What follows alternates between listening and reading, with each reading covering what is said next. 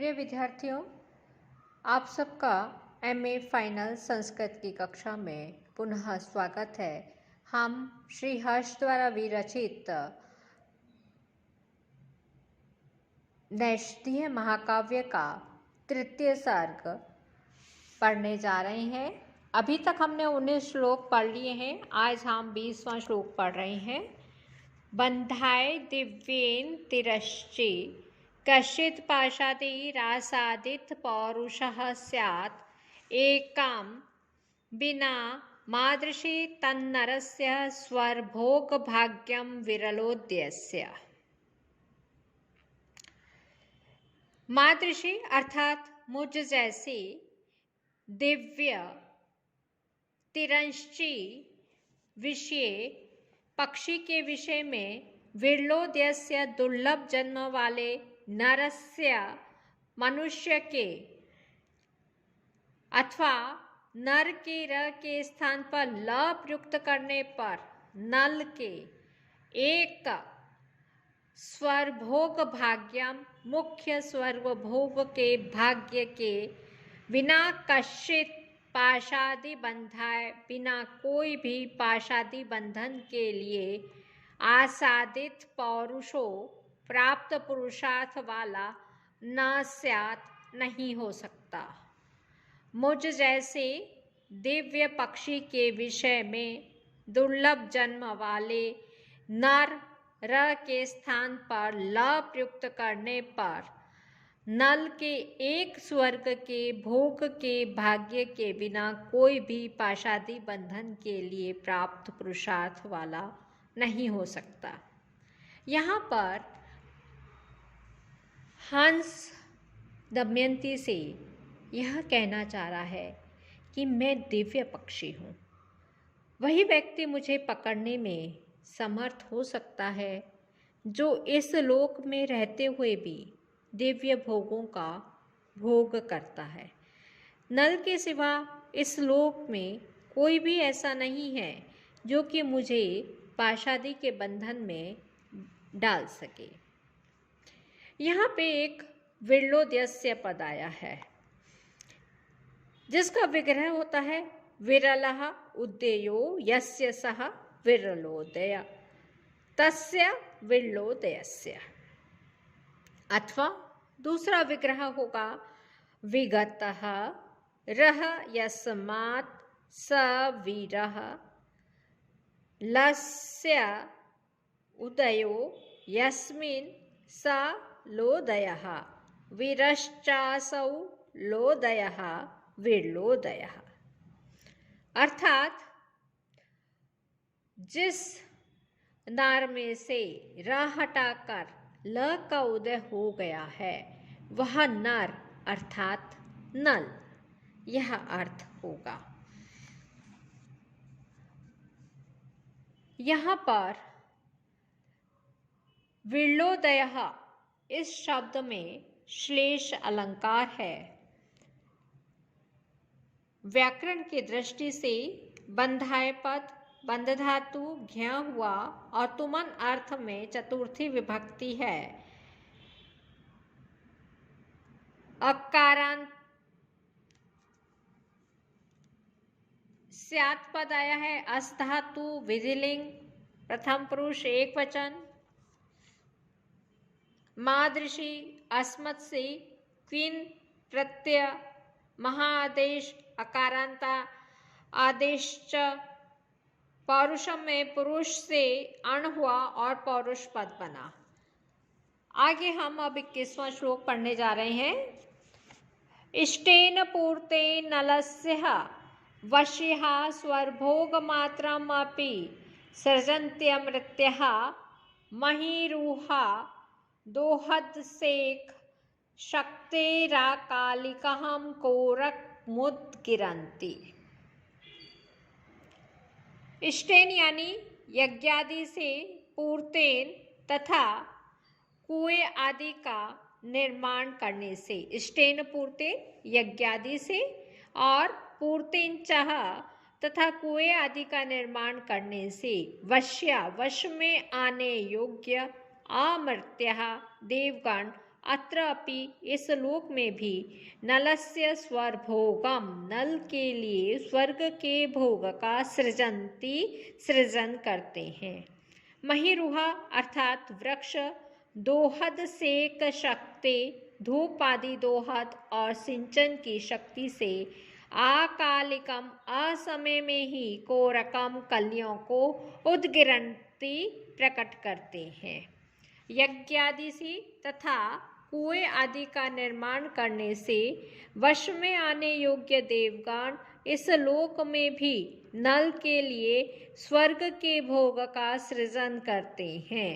वृक्ष धूप आदि दोहद और सिंचन की शक्ति से असमय में ही कलियों को प्रकट करते हैं। भावार्थ है कि नल यज्ञादि करना और कुएं आदि का निर्माण करना आदि लोकोपयोगी कार्य करता है।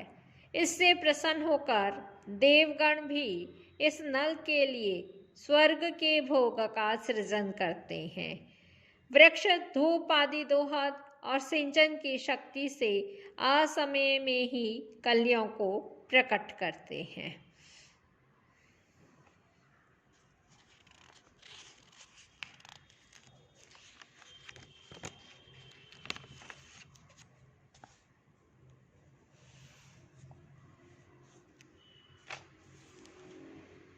स्टेन पद यज धातु से त हुआ, इष्ट बना और फिर टा प्रत्यय लगा तो स्टेन। पूर्तेन में भी पू से त प्रत्यय फिर टा, तृतीय विभक्ति एक वचन में पूर्तेन। वश्या वश धातु से यत प्रत्यय। महिरुहा मही धन रूहा से क प्रत्यय महिरुहा। दोहदा दोह से दा धातु और क प्रत्यय। यहाँ पर पूर्वार्ध और उत्तरार्ध में बिंब प्रतिबिंब भाव होने के कारण दृष्टांत अलंकार है। पुष्पादि के उत्पादक द्रव्य को दोहद कहते हैं। अग्निहोत्र तप सत्य वेद की रक्षा आतिथ्य वैश्वदेव इष्ट कहे जाते हैं तथा वापी कूप सरोवर देवतायन अन्न प्रदान और उद्यान ये पूर्व कहे जाते हैं। कोरक शब्द यहाँ पुष्प फलादि का उपलक्षण है। हंस नल की पंखों से पंखा झलते हैं। यह हम आगे के श्लोक में पढ़ने जा रहे हैं। श्लोक इस प्रकार है। श्रुवन् शैलात् अवतीर्य तूर्णम स्वरवाहिनी वारिकणा अवतीर्णहि तम विज्यमानः स्मर केलिकाले पक्षै नृपं चामरबत सख्यै। सुवर्ण शैलात अर्थात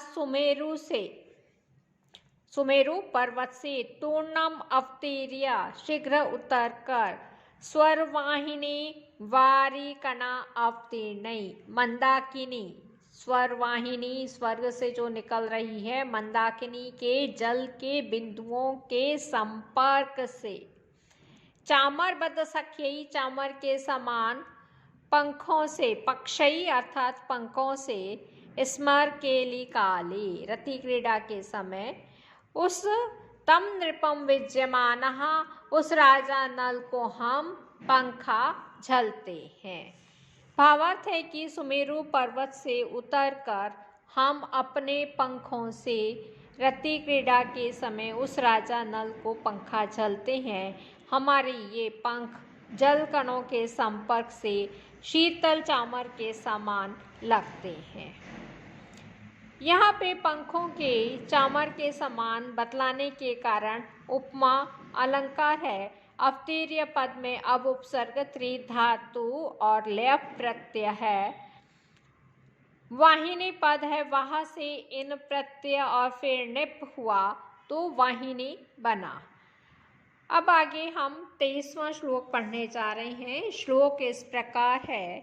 क्रियेत चेत साधु विभक्ति चिंता व्यक्तिस्तदा सा प्रथमा अभिधेया या स्वौजसां साधितों विलासैस्तावत् क्षमानां पदं बहु स्यात्। यह श्लोक व्याख्या की दृष्टि से इम्पोर्टेंट है और इस श्लोक में हंस की दृष्टि में सज्जनों की गणना में नल का नाम सर्वप्रथम है।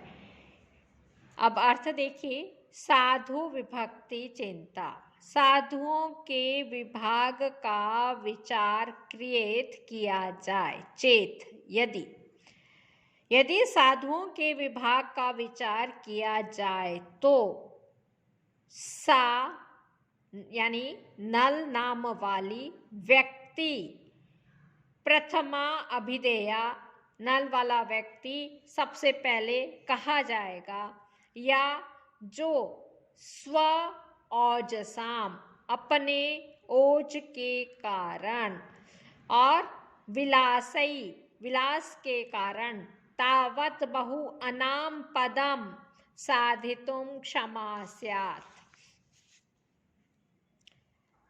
तावत बहु अनाम पदम बहुत से शत्रुओं के राष्ट्र को साधितुम अपने वश में करने में क्षमा स्यात् समर्थ होगी।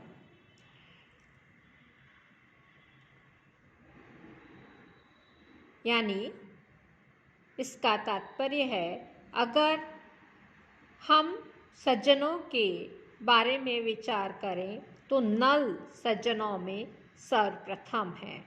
वह शत्रुओं के राष्ट्र को अपने वश में करने में उसी प्रकार से समर्थ है जिस प्रकार विभक्तियों में प्रथमा विभक्ति अपने प्रत्ययों के द्वारा बहुत से सुबंध पदों को सिद्ध करने में समर्थ होती है। इसका दूसरा जो अर्थ है वह श्लेष अलंकार से, वह देखिए, साधु यानी भली प्रकार, विभक्ति चिंता विभक्तियों का विचार चेत यदि किया जाएगा, सा व्यक्ति वह प्रथमा विभक्ति प्रथमा अभिधेया पहले कही जाएगी, या जो सवौजसाम सुऔजस प्रत्ययों के विलासई विस्तार से तावत बहुनाम पदम बहुत से सुबंध पदों को साधितुम सिद्ध करने के लिए क्षमा स्यात् समर्थ होगी।